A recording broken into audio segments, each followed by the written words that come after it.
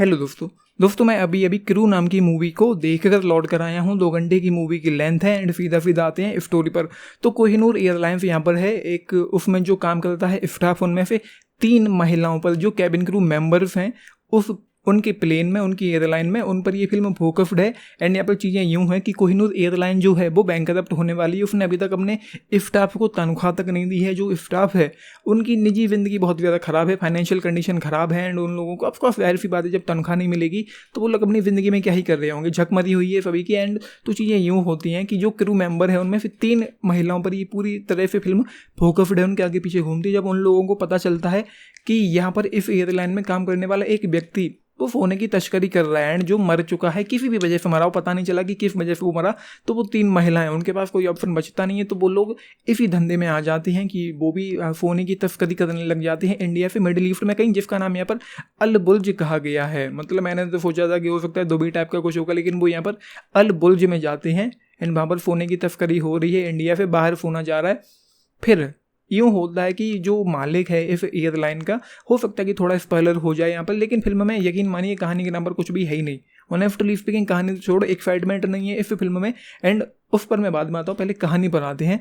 तो उसके बाद चीज़ें कुछ यूँ हो जाती हैं कि ये लोग तय करते हैं कि जो मालिक है इंडिया से भाग गया है एंड वो अपनी बेटी की शादी कर रहा है मिडिल ईस्ट में, अल बुर्ज में।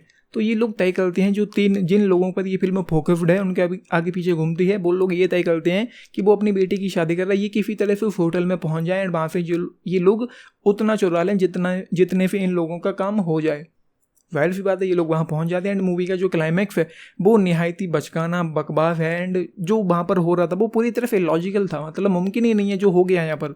तो अब आते हैं इन चीज़ों पर कि मूवी में क्या अच्छा था क्या ख़राब था। तो भाई अच्छी बात ये है कि मूवी में कुछ भी अच्छा है ही नहीं, सब कुछ ही ख़राब ही ख़राब है। एंड यहाँ पर जो कैरेक्टर्स हैं उनमें इतनी भी डेप्थ नहीं है, इतना भी फील नहीं है, इतना भी इमोशन नहीं है कि उनके लिए आपको बुरा लगे किसी भी कैरेक्टर को लेकर। मतलब उनकी ज़िंदगी झंड है, क्योंकि तनख्वाह मिली नहीं है, फाइनेंशियल कंडीशन सभी की ख़राब है, लेकिन किसी को लेकर भी आपको फील नहीं होगा कि उसकी ज़िंदगी झंड है। एंड उसके बाद फिल्म में कोई किसी भी तरह की कोई इंटेंसिटी नहीं है, कोई एक्साइटमेंट नहीं है। एंड मैंने कहीं पढ़ा भी था, कोई ये कह रहा था कि मूवी में कॉमेडी बहुत अच्छी है। कॉमेडी तो छोड़ो, कॉमेडी का फी भी नहीं है इस फिल्म में, मतलब कुछ भी नहीं है कॉमेडी के नाम पर, कुछ भी नहीं है। एंड उसके बाद तो क्लाइमैक्स पर मैं आता हूँ, हो सकता है कि थोड़ा सा स्पॉइलर हो जाए, लेकिन मैं यकीन मानता हूँ कि जैसा कि मैंने कह भी दिया है, फिल्म में कहानी के नाम पर कुछ भी नहीं है एंड कुछ भी ऐसा नया नहीं है कि जो आपके लिए स्पॉइल हो जाए। तो ये लोग क्या करते हैं कि वो जो यहाँ पर जो विजय वालिया है, जो विजय माल्या से इंस्पायर्ड कैरेक्टर है विजय वालिया, वो अपनी बेटी की शादी कर रहा है अल बुर्ज से उड़कर, वो कहीं जा रहा था अपने प्राइवेट प्लेन में। तो ये जो 3 क्रू मेंबर हैं उस प्लेन में घुस जाते हैं, मतलब जो स्टाफ है उसको बदल के एंड जो पायलट है उसको भी बदल के ये तीनों घुस जाते हैं। 2 क्रू मेंबर बन जाते हैं, एक यहाँ पर पायलट बन जाता है। ये लोग वहाँ से उड़ते हैं एंड आसमान में पहुँचने के बाद जब इन लोगों का प्लान जो भी था, जैसे भी था, उन लोगों को लूटने का, तो वहाँ पर जब चीज़ें हुई तो एक मोमेंट वो आया, जो पायलट है यहाँ पर कृति फैनन जो पायलट बन गई थी उस प्लेन में, उस प्राइवेट प्लेन में, जो कैबिन क्रू मेंबर थी अब तक, वो पायलट बन जाती है उस प्लेन में। उसने फ्लाइट को टेक ऑफ कराया आसमान में, जब वो उड़ रहा है तब उसकी हालत ख़राब हो जाती है, उसको डर लग रहा था कि वो प्लेन को उड़ा नहीं पा रही थी। एंड वहाँ पर एक वक्त वो है जब वो यूँ करके, मतलब ऐसे होता है ना कि उस पर स्टीयरिंग पे या उसके जो भी हो प्लेन में जो कुछ भी होता है उस पर यूँ करके लोग करते हैं ताकि जो उनकी सफ़र है वो सही जाए। तो वो यूं कर रही थी एंड मैं ये सोच रहा था कि तेरी अब हालत ख़राब हो रही है, ज़मीन पे तूने टेक ऑफ कैसे करवाया, अब आसमान में जाके तेरी हालत क्यों ख़राब हो रही है, तुझे लैंड कराने में इतना डर क्यों लग रहा है। उसके बाद वो लोग यूएई से, या यूएई हो या मिडिल ईस्ट हो, जहाँ भी हो, अल बुर्ज से वो लोग प्लेन को इंडिया ले आते हैं एंड इंडिया में आकर वो लोग लैंड करवा लेते हैं। भाई मुझे ये समझ में नहीं आ रहा कि एटीसी क्या झक मार रही थी, एयरलाइन ट्रैफिक कंट्रोल झक मार रहा था क्या, कोई बाहर से प्लेन इंडिया में आके लैंड हो गया, उनको पता भी नहीं चला। एंड उसके बाद ऐसे तो कोई भी हो जाए, पाकिस्तान से, अफगानिस्तान से, कहीं से भी कोई भी प्लेन इंडिया में आ सकता है एंड 9/11 जैसा कुछ भी कर सकता है, कैसे मुमकिन है ये। एंड भले ही उसका प्राइवेट प्लेन हो, लेकिन इसका मतलब ये तो नहीं है कि आप मिडिल ईस्ट में कहीं पे भी उड़ाओ, अपने देश में आप कहीं पे भी उड़ाओ, माना कि आप में दम है, आपके पास पैसा है, लेकिन आप वहाँ से लेकर इंडिया में कैसे घुस आए, ये तो मुमकिन ही नहीं है। तो भाई जो क्लाइमैक्स था इस मूवी का महा बकवास था। उसके अलावा इस फिल्म में ना तो राइटिंग उतनी तगड़ी है, ना कैरेक्टर्स उतने ज़्यादा अच्छे हैं, उतने ज़्यादा लाइकेबल नहीं है कैरेक्टर्स। अब चूंकि लीड कैरेक्टर हैं तो थोड़ा सा ज़्यादा उनको डेवलप किया गया बाकी के कैरेक्टर्स से, लेकिन उतने भी उसमें कोई डेप्थ नहीं है, कोई फील नहीं है उन कैरेक्टर्स में, कोई इस फिल्म में एक्साइटमेंट नहीं है। एंड उसके अलावा कुछ भी ऐसा नहीं जिसको देखते रहने का मन करे। मतलब एक चीज़ होती है एक फिल्म में कि डायरेक्शन अच्छा होता है, राइटिंग अच्छी होती है, स्क्रीन प्ले अच्छा होता है, स्टोरी टेलिंग अच्छी होती है, कि जो किरदार हैं वो अच्छे होते हैं जिनके साथ आपका कोई कनेक्शन बने।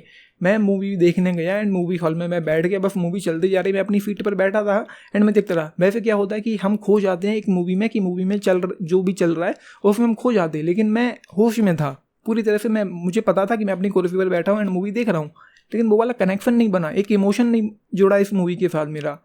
तो ये है मूवी एंड पता नहीं कौन वो लोग हैं जो कह रहे थे कि मूवी इतनी अच्छी है, ये हो गया वो हो गया। मतलब इट्स अगर मैं यूँ कहूँ कि ये बकवास फिल्म है पूरी तरह से, जिसकी कहानी ही अच्छी नहीं है। इससे ज़्यादा हमने डकैतियों वाली मूवीज देख रखी हैं बहुत सारी, एक दो सीरीज भी है। मतलब मनी हेस्ट तो टॉप लेवल पर आती है ऑफकोर्स है। तो ये है मतलब कहानी, किरदार, इस फिल्म की राइटिंग, डायरेक्शन, स्क्रीन प्ले मुझे ज़रा भी अच्छे नहीं लगे, बस ठीक ठाक है, एक बिलो एवरेज मूवी मुझे लगी है। एंड मूवी में ऐसा मैंने पढ़ा है, मूवी ने पहले दिन पर 9.5 करोड़ का बिजनेस किया है। तो हो सकता है कमा लिया हो, लेकिन भाई मैंने तो ट्रेलर तक नहीं देखा था, मुझे तो ज़रा भी एक्साइटमेंट थी नहीं, मुझे पता था इट्स अ क्रैप होने वाली है ये मूवी। एंड उसके बाद यहाँ पर कुछ भी है ही नहीं जो मैं कह पाऊँ कि कुछ अच्छा था। एंड एक दो शब्द जो थे उनको वॉइस ओवर किया गया, जैसे जो राजवंशी जी थे जब वो मर गए थे प्लेन में बैठे बैठे, तो तब्बू का कैरेक्टर उनको हरामज़ादा कहती है, लेकिन उसको वॉइस ओवर करके अमीरज़ादा बोला गया है। उसके बाद एक दो शब्द साइलेंट भी किए गए हैं, म्यूट भी किए गए हैं।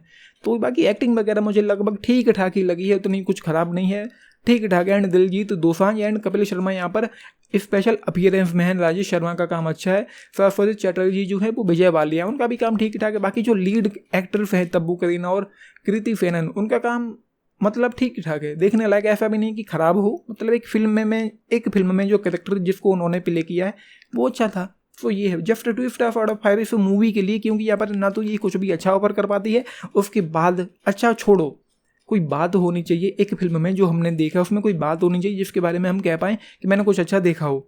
भले किरदार अच्छे हों, कहानी अच्छी ना हो ठीक है, लेकिन किरदार अच्छे हों, एक इमोशन हो। एंड जिस तरह की फिल्म है जिसमें डकैती वो लोग चोरी कर रहे हैं, एक मोमेंट था जहाँ पर थोड़ा सा थ्रिल था, जब एयरलाइन पर उन लोगों की चेकिंग हो रही थी, फिर दिलजीत दोसांझ का कैरेक्टर आ जाता है, फिर वो लोग बच जाते हैं उनकी चेकिंग होने से।